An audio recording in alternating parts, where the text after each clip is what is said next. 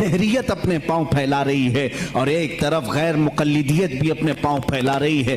ہندوستان کی سرزمین جو اہل سنت و جماعت کا گہوارہ تھی، اولیاء کا مرکز تھی، یہ خواجہ ہند کا ہندوستان تھا، یہ محبوب الہی کی وراثت کی زمین تھی۔ یہاں صابر کلیری کے مجاہدات تھے، یہاں بابا فرید کے نغمے تھے، یہاں پر اولیاء کاملین کا گلشن تھا، یہ تمام صوفیاء کاملین کے پروردہ مریدین کا ایک عظیم گلستان تھا۔ اس گلستان کو کئی انگریزوں نے اپنے پاؤں سے کچلنا شروع کیا، اس میں خزاں آنے لگ گیا۔ اس حسین گلدستے میں، ہندوستان کے گلدستے میں پھول مرجھانے لگے۔ نیچریت کا غلبہ آیا ہے، وہابیت کا غلبہ آیا ہے، قادیانیت کا فتنہ سر ابھار رہا ہے، الہاد و بے دینی کا فتنہ سر ابھار رہا ہے۔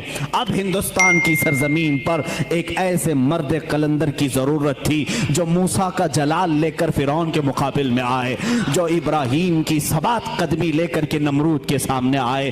اب ایک ایسے مرد قلندر کی ضرورت تھی جو صدیق کی صداقت اپنے سینے میں رکھتا ہو، فاروق اعظم کی عدالت اپنے سینے میں رکھتا ہو، عثمان ابن عفان کے حلم و بردباری اپنے سینے میں رکھتا ہو۔ ہندوستان کو اب ایسے مرد قلندر کی ضرورت تھی جو حیدر کرار کی شجاعت بھی رکھتا ہو، غوث اعظم کا نائب ہو، خواجہ ہند کا وارث ہو۔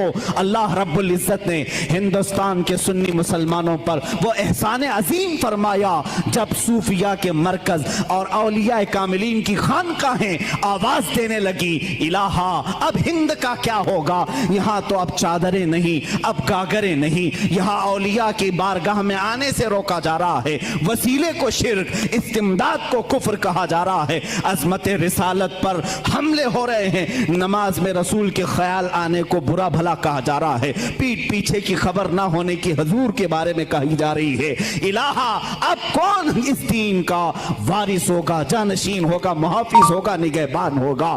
آواز آئی غیب سے، اللہ رب العزت نے پورے ہندوستان کے اس سائے پر ایک ایسی عظیم سلطنت کو بیدار فرمایا جس سلطنت کا نام ہم یوں کہتے ہیں، ملک سخن کی شاہی تم کو رضا مسلم، ملک سخن کی شاہی تم کو رضا مسلم، جس سمت آ گئے ہو سکے بٹھا دیے ہیں۔ اس عظیم ہستی کو اللہ تعالیٰ نے جلوہ فرمایا جس کو پوری دنیا سنیت، اعلیٰ حضرت، کنز الکرامت، جبل الاستقامت، دریائے نعمت، آقائے رحمت، کنز الکرامت، امام اہل سنت، امام احمد رضا خان فاضل بریلوی کے نام سے جانتی ہے۔ رضا کا تازہ گلستان ہے آج بھی، خورشید علم ان کا درخشاں ہے آج بھی، سب ان سے جلنے والوں کے گل ہو گئے چراغ، احمد رضا کی شمع فروزاں ہے آج بھی۔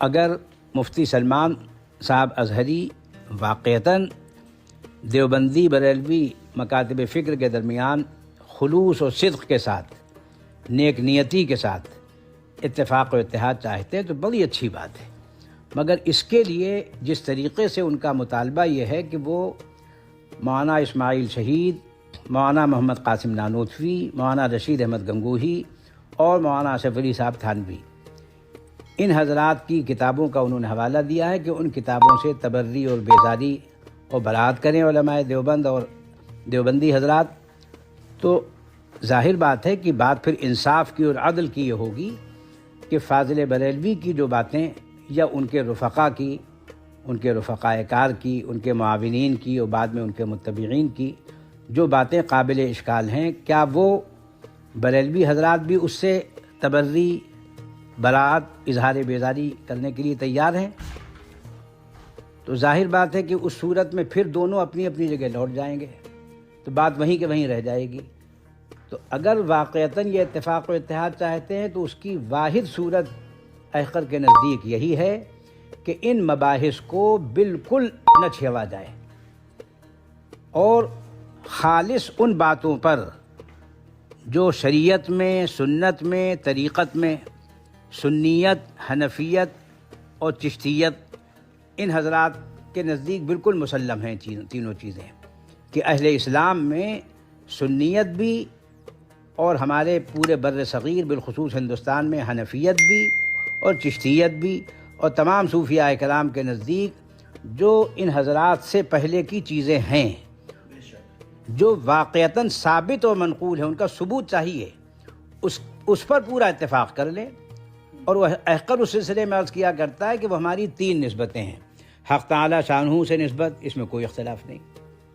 ہماری بندگی، عبدیت، اس سلسلے میں بھی، اور حضرت آدم حضرت حوا کے اولاد ہونے میں بھی ہم سب کے کوئی اختلاف نہیں ہے. اور آخر میں سید الرسول خاتم النبیین محمد الرسول اللہ صلی اللہ علیہ وسلم کے امتی ہونے میں. تو اس کے تحفظ کے لیے عقائد، اخلاق اور اعمال ہیں. اس کے لیے ہمارے شریعت اور سنت اور طریقت کے ضوابط ہیں، اس سے اہل علم واقف ہیں.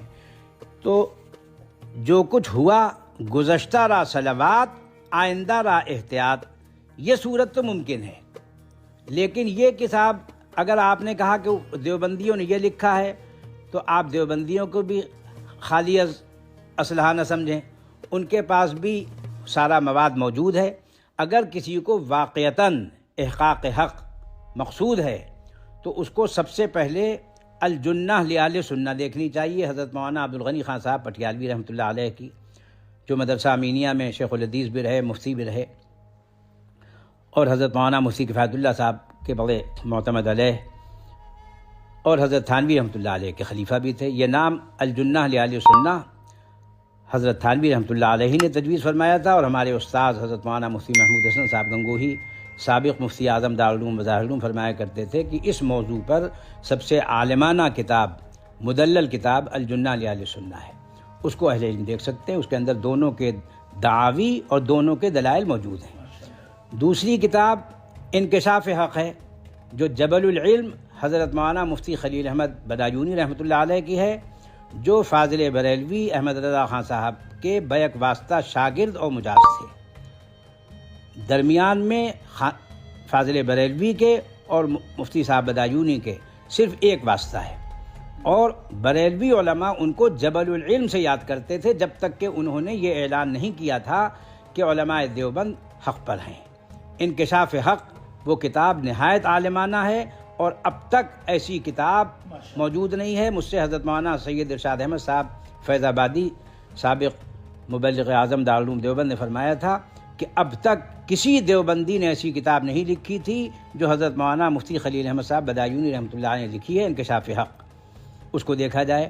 اور آخر میں نہایت عام فہم اور سلیس زبان میں والد بزرگوار حضرت مولانا مفتی القدوس صاحب رومی کی ہے، دیوبند سے بریلی تک، جس کو دیوبند میں حضرت حکیم الاسلام مولانا قاری محمد طیب صاحب نے اپنے صاحبزادے مولانا محمد سالم صاحب کے ذریعے چھپوایا تھا، اس کو طبع کرایا. اور بیرون ہند میں حضرت مولانا سلیم اللہ خان صاحب نے اس کو شائع کرایا، اور دیوبندیت بریلویت ایک مطالعہ، اس کے لیے اس کو داخل نصاب بھی کرایا. یہ 3 کتابیں اگر کوئی دیکھنے کے بعد اور پھر یہ رائے جو احقر نے پیش کی ہے اس سے اگر اختلاف کرے، اس کی بات صحیح ہوگی، میں قبول کرنے کو بالکل تیار ہوں. ورنہ اس بات کو کا جواب ہے ان کتاب، بالکل مکمل، مدلل اور مسکت جواب ہے. اور دیکھیے اگر مولانا اسماعیل شہید کی جو حوالہ دے رہے ہیں تو عبارت، کیونکہ ان کی فارسی جی اس میں دیکھیے، اس میں بات یہ ہے کہ مولانا اسماعیل شہید، سید احمد شہید، مولانا عبدالحی بغانوی، ان کی نسبتیں جو میں نے عرض کی کہ سید صاحب خلیفہ اعظم ہیں، خلیفہ ارشد ہیں شاہ عبدالعزیز صاحب کے، حقیقی بھتیجے ہیں شاہ عبدالعزیز صاحب کے مولانا اسماعیل شہید، اور حقیقی بھانجے ہیں حضرت مولانا عبدالحی صاحب بغانوی رحمۃ اللہ علیہ. سلسلہ روایت شاہ عبدالعزیز صاحب کے بعد شاہ اسحاق صاحب سے چلتا ہے، جو ان کے نواسے ہوتے ہیں. تو یہ چاروں